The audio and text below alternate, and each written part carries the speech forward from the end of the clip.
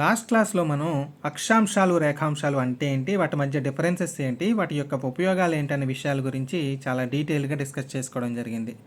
ఈరోజు చెప్పుకోబోయేది దాని continuous class. So last class చూడని వాళ్ళు ఎవరైనా ఉంటే ఆ వీడియో లింక్ కింద డిస్క్రిప్షన్లో ఇస్తున్నాను. ఫస్ట్ ఆ వీడియో కంప్లీట్ చేసిన తర్వాత ఇది చూడండి, మీకు బాగా అర్థమవుతుంది. సో ఈరోజు మనం డిస్కస్ చేసుకోబోతున్న టాపిక్స్ ఏంటంటే, ఈరోజు ఒక ఇంపార్టెంట్ జీకే టాపిక్, ఒక ఇంపార్టెంట్ కరెంట్ అఫైర్స్ టాపిక్ మనం డిస్కస్ చేసుకోబోతున్నాం. ఈ జీకే టాపిక్ ఏంటంటే, ఈ లాంగిట్యూడ్స్ లేదా రేఖాంశాలను యూజ్ చేసి ఏదైనా ఒక ప్రదేశం యొక్క టైం జోన్ని ఎలా సెట్ చేస్తారనేది చూడబోతున్నాం. దాని తర్వాత స్థానిక కాలమానం అంటే ఏంటి, ప్రామాణిక కాలం అంటే ఏంటి అన్న టాపిక్స్ని కూడా మనం కవర్ చేయబోతున్నాము. వీటన్నిటితో పాటుగా కరెంట్ అఫైర్స్ టాపిక్, ప్రజెంట్ ఈశాన్య రాష్ట్రాలన్నీ కూడా సెపరేట్ టైం జోన్ కోసం డిమాండ్ చేస్తున్నాయి. అవి అలా ఎందుకు చేస్తున్నాయి, in case separate time zone ఇవ్వడం వల్ల వాటికి వచ్చే అడ్వాంటేజెస్ ఏంటనే విషయాల గురించి కూడా మనం డిస్కస్ చేసుకోబోతున్నాం. చాలా ఇంపార్టెంట్ క్లాస్ కాబట్టి కొంచెం కేర్ఫుల్గా విని అర్థం చేసుకునే ప్రయత్నం చేయండి. సో ఫస్ట్ మనం రేఖాంశాల గురించి ఏం చెప్పుకున్నాము. మన భూమి ఎలా ఉంటుంది, ఇక్కడ ఉత్తర ధ్రువం ఉంటుంది, ఇక్కడ దక్షిణ ధ్రువం ఉంటుంది. సో ఇక్కడ ఉత్తర ధ్రువం దగ్గర ఒక పాయింట్ నుంచి దక్షిణ ధ్రువం దగ్గర ఒక పాయింట్కి భూమి చుట్టూ నిలువుగా గీసిన గీతలనే మనం రేఖాంశాలు లేదా లాంగిట్యూడ్స్ అంటాం. ఓకే, ఇవి మొత్తం భూమి చుట్టూరా ఉంటాయి. మొత్తం ఎన్ని ఉంటాయంటే 360 ఉంటాయి. వీటిలో ఒక రేఖాంశానికి ఇంకొక రేఖాంశానికి మధ్య ఉన్న దూరం ఎంతంటే 1 డిగ్రీ దూరం ఉంటుంది. ఓకే, అంటే ఇక్కడ ఈ ఫస్ట్ రేఖాంశం మనం 0 డిగ్రీస్గా స్టార్ట్ చేస్తే నెక్స్ట్ ఇది 1 డిగ్రీ, 2 డిగ్రీస్, 3 డిగ్రీస్, 4 డిగ్రీస్ అలా రౌండ్ అయ్యి మనకి మళ్ళీ 360 డిగ్రీస్కి వచ్చేసరికి మళ్ళీ ఇక్కడికి వచ్చేస్తుంది. చాలామంది అడుగుతున్నారు అసలు ఈ డిగ్రీస్ని ఎలా కొలుస్తారు అని చెప్పి. ఎర్త్ని మీరు టాప్ నుంచి చూస్తున్నట్టు ఇమాజిన్ చేసుకోండి. ఓకే, సో ఇలా టాప్ నుంచి చూస్తున్నప్పుడు ఏదో ఒక పాయింట్ దగ్గర ఇది 0 డిగ్రీస్ అనమాట. ఓకే, మనం స్టాండర్డ్గా ఈ 0 డిగ్రీస్ రేఖాంశాన్ని ఎక్కడ తీసుకున్నామంటే లండన్ దగ్గరలోని గ్రీనిచ్ అనే ఒక ప్లేస్ నుంచి పోయే రేఖాంశాన్ని మనం ప్రామాణికంగా 0 డిగ్రీస్ రేఖాంశంగా తీసుకోవడం జరిగింది. ఇలా తీసుకోవడానికి స్పెసిఫిక్ రీజన్ ఏం లేదు, అది ఒక తీర ప్రాంతం అనమాట. 19వ శతాబ్దంలో అక్కడ ఎక్కువ బిజినెస్ ట్రేడ్స్ ఇవి బాగా జరిగేవి కాబట్టి దాన్ని స్టాండర్డ్గా తీసుకున్నారు. అంతకుమించి స్పెషల్ రీజన్ అయితే ఏం లేదు. ఓకే, సో ఇక్కడ ఇది టాప్ నుంచి అనమాట, టాప్ నుంచి చూస్తున్నాం మనం. ఇది 0 డిగ్రీస్ రేఖాంశం అనుకోండి. నెక్స్ట్ దీనికి 1 degrees, 2 degrees, 3 degrees, 4 degrees. Okay, ఇలా వస్తే 90 డిగ్రీస్ అవుతుంది. ఇది ఇలా మళ్ళీ 91, 92 ఇలా ఇక్కడ వచ్చేసరికి 180 అవుతుంది. ఓకే, సో ఇలా మనం గీసుకుంటూ వచ్చేసి మళ్ళీ ఇక్కడికి వచ్చేసరికి 360 డిగ్రీస్ అవుతుంది అనమాట. ఓకే, ఇది టాప్ యాంగిల్లోంచి ఎర్త్. సో ఆ విధంగా మనం ఈ రేఖాంశాన్ని గీసుకోవడం జరిగింది. సో రేఖాంశానికి మధ్య డిస్టెన్స్ ఎంత ఉంటుందంటే 1 డిగ్రీ అనమాట. ఓకే, మొత్తం ఎన్ని రేఖాంశాలు ఉంటాయని చెప్పుకున్నాం, 360 రేఖాంశాలు ఉంటాయి. నెక్స్ట్ ఇక్కడ మనకి తెలిసిన విషయమే, భూమి తన చుట్టూ తాను తిరగడానికి ఎంత టైం పడుతుందంటే 24 అవర్స్ పడుతుంది. దీన్ని ఇంకోలా చెప్పాలంటే ఇదిగో ఇక్కడ ఎక్కడో సన్ ఉంటాడు, పెద్ద సన్ ఉంటాడు. సో ఈ సన్ రేస్ ఇలా మనకి భూమి మీద పడుతున్నాయి. ఓకే, ఇక్కడ క్లియర్గా చూడండి, భూమి మీద ఒక రేఖాంశం మీద ఒకేసారి సన్ రేస్ అనేవి పడుతున్నాయి. ఓకే, అంటే మిట్ట మధ్యాహ్నం టైంలో సన్ రేస్ నిలువుగా పడతాయి కాబట్టి ఈ రేఖాంశం ఏదో ఒక రేఖాంశాన్ని తీసుకుంటే మిట్ట మధ్యాహ్నం టైంలో ఒకే రేఖాంశం మీద కంప్లీట్గా మనకి సూర్యకిరణాలు అనేవి నిలువుగా పడడం జరుగుతుంది అనమాట. అందుకే ఈ రేఖాంశాలని మధ్యాహ్న రేఖలు అని అంటానని లాస్ట్ క్లాస్లో చెప్పాను. సో ఎర్త్ రొటేట్ అవ్వడం స్టార్ట్ చేసింది. ఓకే, ఇక్కడ నుంచి ఇదిగో ఇలా పడినాయి, 12 అయింది అనుకుందాం, ఇక్కడ సన్ రేస్ పడ్డాయి, సూర్యకిరణాలు పడ్డాయి. సో నెక్స్ట్ ఇలా రొటేట్ అవుతుంది ఎర్త్. రొటేట్ అయ్యి మళ్ళీ ఇదే పాయింట్కి రావడానికి మనకి ఎంత టైం పడుతుందంటే 24 గంటలు పడుతుంది. దీన్ని ఇంకోలా చెప్పాలంటే 24 గంటల్లో మనకి 360 రేఖాంశాలు కూడా ఒక రౌండ్ కంప్లీట్ చేసుకుని మళ్ళీ అదే ప్లేస్కి వస్తున్నాయి. ఓకే, అంటే 360 డిగ్రీస్. ఓకే, సో దీన్ని ఇంకోలా చెప్పుకోవాలంటే గంటకి ఎన్ని డిగ్రీస్ తిరుగుతున్నాయి అంటే 15 డిగ్రీస్. అంటే గంటకి 15 రేఖాంశాలు కవర్ అవుతున్నాయి సన్ రేస్ కింద. ఓకే, సో అంటే 60 నిమిషాలకి 15 డిగ్రీస్. సో 1 డిగ్రీ తిరగడానికి ఎంత టైం పడుతుంది, 60/15 ఎంత అంటే 4 నిమిషాలు. ఓకే, అర్థమవుతుంది కదా. అంటే ఒక రేఖాంశం నుంచి వేరే ఒక రేఖాంశానికి మధ్య దూరం ఎంత అని చెప్పుకున్నాం మనం, 1 డిగ్రీ అని చెప్పుకున్నాం. సో ఇక్కడ సూర్యకిరణాలు ఇక్కడ ఉన్నాయి, ఈ రేఖాంశం ఇలా పక్కకి వెళ్ళి ఇక్కడికి వేరే రేఖాంశం రావడానికి ఎంత టైం పడుతుందంటే 4 నిమిషాలు పడుతుంది. సో దీన్ని మనం ఇంకోలా ఎలా చెప్తామంటే రేఖాంశానికి మధ్య దూరం 4 నిమిషాలని చెప్పడం జరుగుతుంది. సో ఇక్కడ కొంచెం కేర్ఫుల్గా చూడండి. ఫర్ ఎగ్జాంపుల్ ఇక్కడ ఒక పాయింట్ ఉందనుకుందాం. ఓకే, ఈ పాయింట్ దగ్గర ఇప్పుడు మిట్ట మధ్యాహ్నం 12 అయింది. కానీ ఈ పాయింట్స్ ఉన్నాయి చూసారా, ఇవి ఆల్రెడీ ఈ పాయింట్ని దాటేసి ముందుకు వెళ్ళిపోయాయి. ఓకే, ఎర్త్ అనేది ఇలా తిరుగుతుంది ఎర్త్ అనేది. ఓకే, ఇలా తిరుగుతుంది కాబట్టి ఈ పాయింట్స్ ఆల్రెడీ దాటేసి వెళ్ళిపోయాయి. సో అంటే ఇక్కడ ఆల్రెడీ మధ్యాహ్నం అయిపోయిందనమాట. ఓకే, సో దీనికి దూరం ఎంత అనుకున్నాం, 4 minutes. ఓకే, నెక్స్ట్ దీనికి దూరం ఎంత అనుకున్నాం, ఇంకో 4 minutes. సో ఎవరైనా ఒక పర్సన్ ఇక్కడ నుంచి స్టార్ట్ అయ్యాడు, ఏరోప్లేన్లో స్టార్ట్ అయ్యి డైరెక్ట్గా ఇక్కడికి వచ్చేసాడు అనుకుందాం. భూమి ఏమో స్లోగా రొటేట్ అవుతుంది, వీడు ఫాస్ట్గా ఇక్కడికి వచ్చేసాడు. సో అంటే వీడు ఇంతకుముందు వీడి వాచ్లో టైం ఎంత అయింది, 12 అయింది. కాకపోతే ఇక్కడికి వచ్చేసరికి యాక్చువల్గా టైం ఎంత అవుతుంది, 12 + 4 అంటే 12 గంటల 8 నిమిషాలు అవుతుంది. కానీ వీడి వాచ్లో టైం ఎంత ఉంటుంది, 12 ఉంటుంది. అర్థమవుతుంది కదా.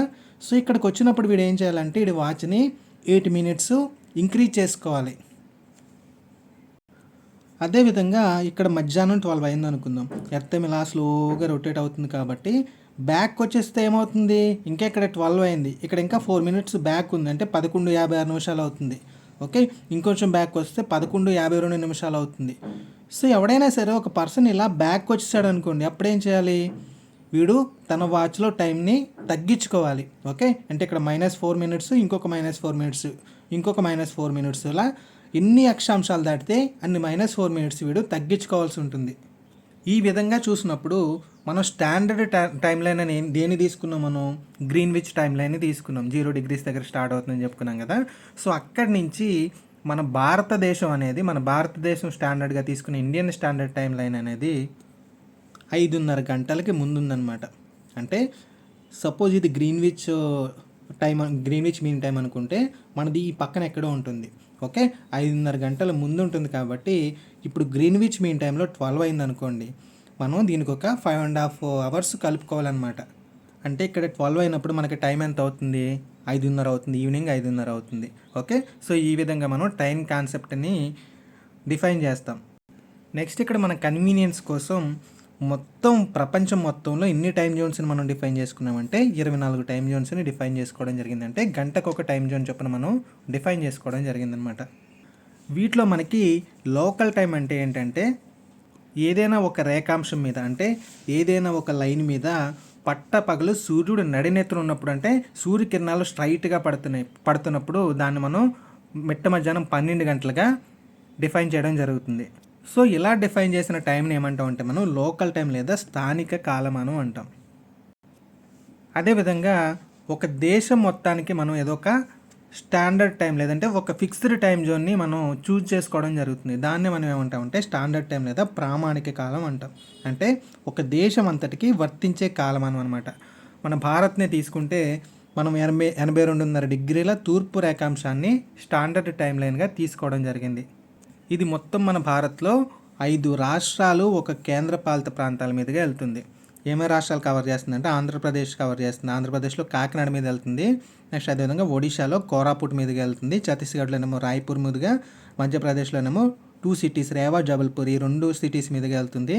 నెక్స్ట్ ఉత్తరప్రదేశ్లోనేమో వారణాసి, అలహాబాద్, మీర్జాపూర్, ఈ 3 cities మీదుగా వెళ్తుంది.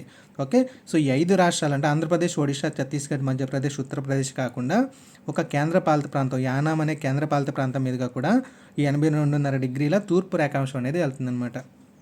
ఈ యానం అనేది మనకి కాకినాడ దగ్గర ఉంటుంది. ఇక్కడ వెంటనే మనకి ఒక డౌట్ వస్తుంది, అదేంటి మనం చెప్పిన లాజిక్ ప్రకారం ఏంటి, ఎవ్రీ 4 minutesకి ఒక అక్షాంశం అనేది మనకి మూవ్ అవుతూ వస్తుందని చెప్పుకుంటున్నాం. అదేవిధంగా మొత్తం 24 టైం జోన్స్ అంటే గంటకు ఒక టైం జోన్ చొప్పున చేంజ్ అవుతూ వస్తుంది. ఓకే, సో ఈ రకంగా చూసినప్పుడు మరి ప్రతి దేశానికి ఒక్కొక్క టైం జోన్ ఎలా వస్తాయి, ఇంకా నెంబర్ ఆఫ్ టైం జోన్స్ ఉండే అవకాశం ఉంది కదా అని చెప్పి మనకి డౌట్ వస్తుంది. ఓకే, యాక్చువల్గా దట్ ఈస్ ద ప్రాబ్లం అనమాట. మన ఇండియాకి దగ్గర 3 టైం జోన్స్ ఉంటాయి అలా చూసినప్పుడు. కాకపోతే ఈ మూడింట్లోనూ కూడా ఎక్కువ ఏరియా కవర్ చేసే టైం జోన్ని మనం చూజ్ చేసుకోవడం జరిగింది. ఇది 82.5 degrees తూర్పు రేఖాంశం. కొన్ని దేశాల్లో అయితే ఇలా చూజ్ చేసుకోవడానికి వాళ్ళకి చాలా ప్రాబ్లమేటిక్గా ఉండి ఎక్కువ నెంబర్ ఆఫ్ టైం జోన్స్ని వాళ్ళు పెట్టుకోవడం జరిగిందనమాట. అంటే ఒకటి కంటే ఎక్కువ ప్రామాణిక కాలాలు లేదా టైం జోన్స్ ఉంటాయి కొన్ని దేశాలకి. అటువంటి దేశాల్లో అన్నిటికంటే పెద్ద దేశం ఏంటంటే ఫ్రాన్స్. దీనికి ఏకంగా 12 టైం జోన్స్ ఉన్నాయి. ఆ తర్వాత ఏమో యూఎస్ఏకి 11 టైం జోన్స్, రష్యాకేమో 9 టైం జోన్స్, ఆస్ట్రేలియాకేమో 8 టైం జోన్స్. సో కాన్సెప్ట్ బాగా అర్థమైంది కాబట్టి నెక్స్ట్ మనం కరెంట్ అఫైర్స్లో ఉన్న ఒక ఇంపార్టెంట్ టాపిక్ గురించి మాట్లాడుకుంటాం. అదేంటంటే separate time Jones for north eastern states. అంటే ఈశాన్య రాష్ట్రాలు సెపరేట్ టైం జోన్ కోసం ఎందుకు డిమాండ్ చేస్తున్నాయి అనే విషయం మనం ఇంతకుముందు చెప్పుకున్న ఎగ్జాంపుల్ ప్రకారం ఒక దేశంలో కూడా వేర్వేరు ప్రాంతాల మధ్య టైం జోన్స్ అనేవి మారిపోతూ ఉంటాయి. దీన్ని ఇంకా క్లియర్గా అర్థం చేసుకోవాలంటే మన తెలుగు రాష్ట్రాలు ఏపీ తెలంగాణలో కూడా టైం జోన్లో కొంచెం మైనర్ డిఫరెన్సెస్ ఉంటాయన్నమాట. ఫర్ ఎగ్జాంపుల్ మనం ఆంధ్రప్రదేశ్లో విశాఖపట్నం, తెలంగాణలో హైదరాబాద్ని తీసుకుంటే ఈ రెండు ఊళ్ళ మధ్య కూడా సూర్యోదయాల మధ్య తేడా ఉంటుంది. ఎంత తేడా ఉంటుందంటే 15 నిమిషాల దగ్గర తేడా ఉంటుంది. అంటే విశాఖపట్నంలో ఫస్ట్ సూర్యోదయం అవుతుంది, ఆ తర్వాత హైదరాబాద్లో కొంచెం లేటుగా దగ్గర ఒక పావు గంట 20 నిమిషాలు లేటుగా ఈ సూర్యోదయం అనేది అవుతుంది. ఓకే, అంటే తెలుగు రాష్ట్రాల్లో ఉన్న ఈ విశాఖపట్నం, హైదరాబాద్లోనే మనకి ఈ సూర్యోదయంలో పావు గంట తేడా ఉన్నప్పుడు మరి మన దేశంలో తూర్పు పశ్చిమ ప్రాంతాల మధ్య ఇంకెంత తేడా ఉంటుందో ఎప్పుడైనా ఆలోచించారా? సో దీనికోసం అనమాట ఈశాన్య రాష్ట్రాలు సెపరేట్ టైం జోన్ కావాలని చెప్పి అడిగేది. ఇంకా ఈ ప్రాబ్లం మనకి క్లియర్గా అవ్వాలంటే ఫస్ట్ మన దేశంలో సూర్యోదయం ఎక్కడ అవుతుందో చూడాలి. ఎక్కడ అవుతుందంటే అరుణాచల్ ప్రదేశ్ డిస్టిక్లో ఫస్ట్ అవుతుందన్నమాట సూర్యోదయం. ఇంకా ఎగ్జాక్ట్గా చెప్పాలంటే అరుణాచల్ ప్రదేశ్లోని లోహిత్ జిల్లాలో డాంగ్ అనే ఒక ప్లేస్లో మొత్తం మన భారతదేశంలోనే మొట్టమొదటి సూర్యోదయం అవుతుంది. ఓకే, ఇక్కడ ఎన్నింటికంటే ఏకంగా ఉదయం తెల్లవారుజామున 4 సూర్యోదయం అయిపోతుంది. ఇంకా సమ్మర్లో అయితే చెప్పక్కర్లేదు. అదేవిధంగా ఇక్కడ సూర్యాస్తమయం కూడా 4:30 PM అయిపోతుంది అనమాట. అంటే 4:30కి ఇక్కడ చీకటి పడిపోతుంది. వింటర్ టైమ్స్లో అయితే ఇంకా ఎర్లీగానే చీకటి పడిపోతుంది. కానీ ఇది ఇండియాలో పార్ట్ కాబట్టి వీళ్ళు ఇండియన్ స్టాండర్డ్ టైంని యూజ్ చేస్తున్నారు. సో లాజికల్గా చెప్పాలంటే వీళ్ళు స్కూల్కి వెళ్ళే టైం వీళ్ళకి సూర్యోదయం 4 అయిపోతుందని చెప్పాం. స్కూల్స్, ఆఫీసెస్ 9 ఓపెన్ అవుతాయి అనుకుందాం. సో 9 AM వీళ్ళకి మిట్ట మధ్యాహ్నం అయిపోతుంది. సో ఆ టైంలో మనకి హైదరాబాద్ లేదా వైజాగ్లో ఎండ ఎంత కాస్తుందో వీళ్ళకి 9 AM అంత ఎండ కాస్తుంది అనమాట. ఇంకా వరస్ట్ సిచ్యుయేషన్ ఏంటంటే వీళ్ళకి 4:30కే చీకటి పడిపోతుంది. కానీ అఫీషియల్గా ఆఫీసెస్ ఇవి క్లోజింగ్ టైం ఎంత అంటే 6 PM. సో వీళ్ళకి ఈ 4:30కి చీకటి పడిపోతుంది కాబట్టి వీళ్ళు ఆఫీస్ అయ్యే వరకు కూడా లైట్స్ తోటి అంటే ఎలక్ట్రిసిటీ తోటి మేనేజ్ చేయాల్సి వస్తుంది. స్కూల్స్ కానీ, కాలేజెస్ కానీ, లేదంటే ఆఫీసెస్ కానీ. ఇంక వింటర్ టైంలో అయితే ఇంకా త్వరగా అనమాట. అంటే 4 PMకి వీళ్ళకి చీకటి పడిపోతుంది కాబట్టి దగ్గర వీళ్ళు 2 hours ఆ చీకట్లోనే వర్క్ చేయాల్సి ఉంటుంది ఎలక్ట్రిసిటీ తోటి. సో దీనివల్ల మేము చాలా ఇబ్బంది పడుతున్నాము, మాకు సెపరేట్ టైం జోన్ కావాలని చెప్పి ఈశాన్య రాష్ట్రాలు చాలా రోజుల నుంచి డిమాండ్ చేయడం జరుగుతుంది. ఇది రీసెంట్గా కరెంట్ అఫైర్స్లోకి ఎందుకు వచ్చిందంటే రీసెంట్గా అస్సాం ముఖ్యమంత్రి అయిన హిమంత బిశ్వ శర్మ ఈ డిమాండ్ని మళ్ళీ రైజ్ చేయడం జరిగింది. ఓకే, రీసెంట్గా ఈయన అస్సాం ముఖ్యమంత్రి మేఘాలయతో ఒక సరిహద్దు ఒప్పందం గురించి ఒక నివేదికను సబ్మిట్ చేస్తూ ఈ విషయం చెప్పారనమాట. మాకు ఈశాన్య ప్రాంతాలకి చాలా ప్రాబ్లమేటిక్గా ఉంది, ఎందుకంటే భారత్లోని మెయిన్ టైం జోన్ కన్నా మేము ఒక 2 గంటలు ముందున్నాం కాబట్టి మాకు చాలా ప్రాబ్లమేటిక్గా ఉంది. సో సెపరేట్ టైం జోన్ కానీ మాకు ఇష్యూ చేసినట్టయితే మేము చాలా వరకు ఎలక్ట్రిసిటీని ఆదా చేస్తాము, అదేవిధంగా మాకు ఎఫిషియన్సీ కూడా బాగా పెరుగుతుందని చెప్పి ఈయన రిక్వెస్ట్ చేయడం జరిగిందనమాట. ఇక్కడ మనం మైండ్లో పెట్టుకోవాల్సిన విషయం ఏంటంటే యాక్చువల్లీ మనకి ఫ్రీడమ్కి ముందు 2 టైం జోన్స్ ఉండేవి మన ఇండియాకి. బాంబే టైం జోన్ అని చెప్పి కలకత్తా టైం జోన్ అని 2 టైం జోన్స్ ఉండేవి. తర్వాత స్వాతంత్రం వచ్చిన తర్వాత ఇలా సెపరేట్ టైం జోన్స్ ఉండకూడదు, మనం ఒకే ఇండియా కాబట్టి ఒకే టైం జోన్ ఉండాలని చెప్పి ఇండియన్ స్టాండర్డ్ టైంని మనం ఎస్టాబ్లిష్ చేయడం జరిగింది. సో దీనివల్ల ఏమైందంటే ఈ అరుణాచల్ ప్రదేశ్, నాగాలాండ్, మణిపూర్, అస్సాం ఇలాంటి ఈశాన్య రాష్ట్రాలు చాలా సఫర్ అవుతున్నాం మేము. ఎందుకంటే మీకంటే మాకు 2 hours ముందుగానే సూర్యోదయం అయిపోతుంది, అదేవిధంగా 2 hours ముందుగానే సూర్యాస్తమయం కూడా అయిపోతుంది. సో ఇలా అడ్డదిడ్డంగా పనిచేయడం వల్ల మా ఎఫిషియన్సీ అనేది తగ్గిపోతుంది, పవర్ కన్జంప్షన్ కూడా చాలా ఎక్కువైపోతుందని చెప్పి వీళ్ళు చాలా రోజుల నుంచి సెపరేట్ టైం జోన్ కోసం డిమాండ్ చేయడం జరుగుతుంది. కాకపోతే గవర్నమెంట్ అయితే వీళ్ళకి ఫేవర్గా ఎటువంటి డెసిషన్ తీసుకోవట్లేదు. సో ఇదనమాట మనకి ఈ ఈశాన్య రాష్ట్రాల్లో ఉన్న ప్రాబ్లం. నెక్స్ట్ ఇంకొక చిన్న టాపిక్ డిస్కస్ చేసుకుని ఈరోజు క్లాసు క్లోజ్ చేసేద్దాము. అదేంటంటే అంతర్జాతీయ దినరేఖ లేదా ఇంటర్నేషనల్ డేట్ లైన్. ఓకే, మనం ఇంతకుముందే చెప్పుకున్నాం కదా ఒక రేఖాంశానికి ఇంకొక రేఖాంశానికి మధ్య ఈ 4 minutes డిఫరెన్స్ ఉందని చెప్పి. సో ఇలా చూసినప్పుడు మనం భూమి మొత్తానికి ఒకే డేట్ని మనం మెన్షన్ చేసుకోలేమంట, ఒకే డేట్ని యూజ్ చేసుకోలేం. ఎందుకంటే ఒకరోజు ఒక ప్లేస్లో మార్నింగ్ ఉంటుంది, ఇంకొక ప్లేస్లో నైట్ ఉంటుంది కాబట్టి. సో దీనికోసం మన కన్వీనియన్స్ ఆధారంగా డేట్ లైన్ని డివైడ్ చేసుకోవడం జరిగింది. ఆ డేట్ లైన్ ఏంటంటే మనకి 180 degrees రేఖాంశం. ఓకే, అంటే ఈ 180 degrees రేఖాంశానికి ఒక సైడ్ అంతా కూడా ఒక డేట్ ఉంటుంది, వేరొక సైడ్ అంతా కూడా వేరే డేట్ ఉంటుంది. ఫర్ ఎగ్జాంపుల్ ఇది 180 degrees రేఖాంశం అనుకోండి, ఇక్కడ 18th April అయిందనుకోండి, ఇక్కడ దీనికంటే ఒక నెక్స్ట్ డేట్ అంటే 19th April అయిపోతుంది. ఓకే, అంటే ఏదైనా ఒక పర్సన్ ఇక్కడి నుంచి ఇక్కడికి ఫ్లైట్లో వెళ్ళాడు అనుకుందాం. వెళ్ళినప్పుడు ఒక డేకి ముందు వచ్చేసాడు అనమాట వీడు. ఓకే, వీడి వాచ్లో ఒక డేట్ని సెట్ చేసుకోవాల్సి ఉంటుంది. అదే పర్సన్ ఇటు నుంచి ఇటు వెళ్ళాడు అనుకోండి, ఒక డేట్ బ్యాక్ పెట్టుకోవాల్సి ఉంటుంది. సో ఇలా మనం డేట్ని మార్చుకోవాల్సి వస్తుంది. కాబట్టి దీన్ని ఇంటర్నేషనల్ డేట్ లైన్ లేదా అంతర్జాతీయ దినరేఖ అంటాం. సో ఈ టైం జోన్కి సంబంధించిన కాన్సెప్ట్స్ అన్నీ కూడా క్లియర్గా ఎక్స్ప్లెయిన్ చేశానని అనుకుంటున్నాను. వీటి మీద మీకు ఇంకేమైనా కన్ఫ్యూజన్ కానీ డౌట్స్ కానీ ఉంటే కింద కామెంట్ సెక్షన్లో అడగండి. Thank you for watching.